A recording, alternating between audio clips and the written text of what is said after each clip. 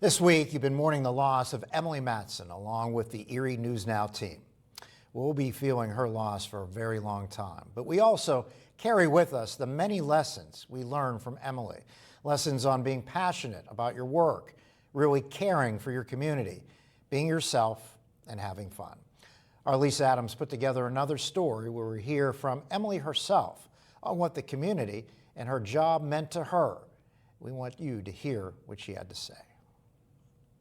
While state police continue their investigation into just what happened to North Star, we've been looking back with pride and love at the award-winning broadcast journalism talents of Emily Matson in the field and in the studio, what you saw day in and out for nearly 20 years.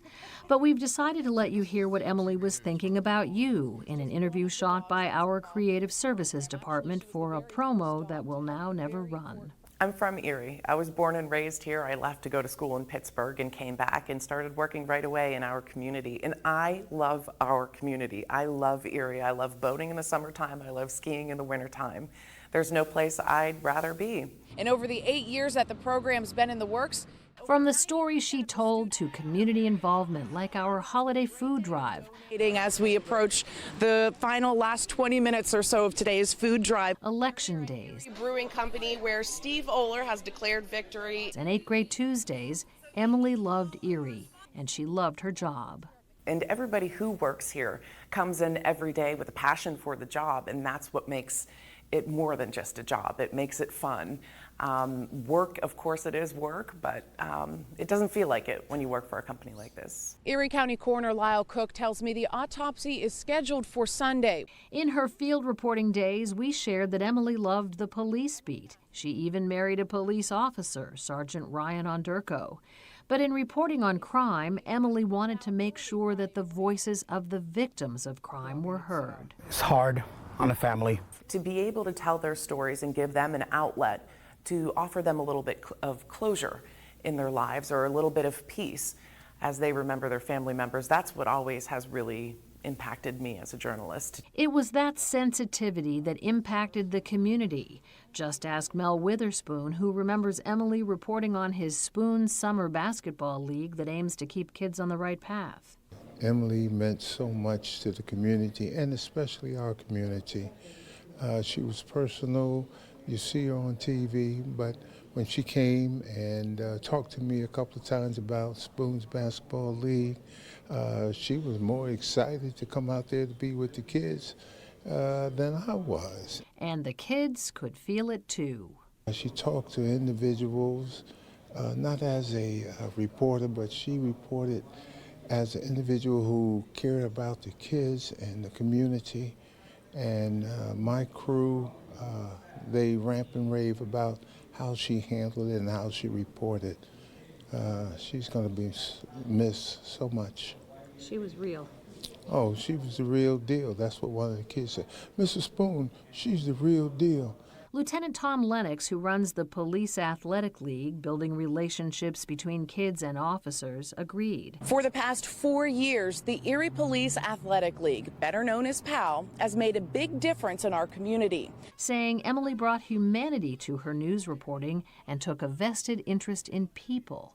It wasn't just a story. It was like, tell me more about this person, tell me more about yourself. And she would highlight the good of what was going on more in our city than didn't focus on as much as the negativity. And because of that positivity, Erie Mayor Joe Schember said he'd never change the channel when Emily was on. She always brought my spirits up a little bit when she was doing a story on it. No matter what it was about, there would be upbeat feeling inside me as a result of that. I always enjoyed watching her. I would never turn something else on or move to something else.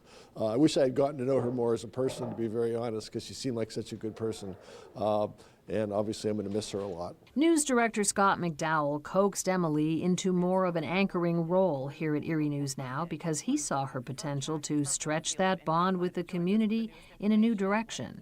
She had a great bond with the community to begin with, but then to transition over into that role and to watch that take off, it was just such a success story all the way across. It warmed my heart to see her at 7 o'clock, to watch her teamed with Mike at 11 o'clock, and know that she had those chops she knew the streets, she knew the people, she knew who to call. You know, just a gold standard for us, you know, and heartbreaking. Heartbreaking indeed, according to former Democratic Party Chair Jim Wirtz, who first knew Emily as a colleague here at our TV station. He said empathy was the hallmark of Emily's work. She took great pride in telling people's stories and sharing their stories. Sometimes those were in celebration, and sometimes they were an opportunity to help somebody. And I think she took great pride in all of that. And Wirtz and his wife Kim drew Emily into their circle of friends, including Jesse and Mike Armont, where they saw her fun side. As a child and teenager, she took Irish dancing lessons, which would sometimes come out after a couple of Irish beers. And heard her tell entertaining stories even when she was off the clock. And always bringing up stories of the times that we traveled together and the parties we were at or the places we would go.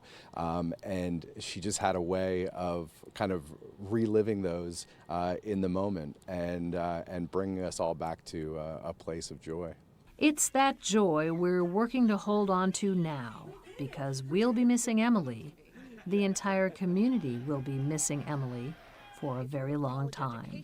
She's been around a long time, and truly I expected her to be here when I retired. She'll be greatly missed. That she will. Lisa Adams, Erie News Now.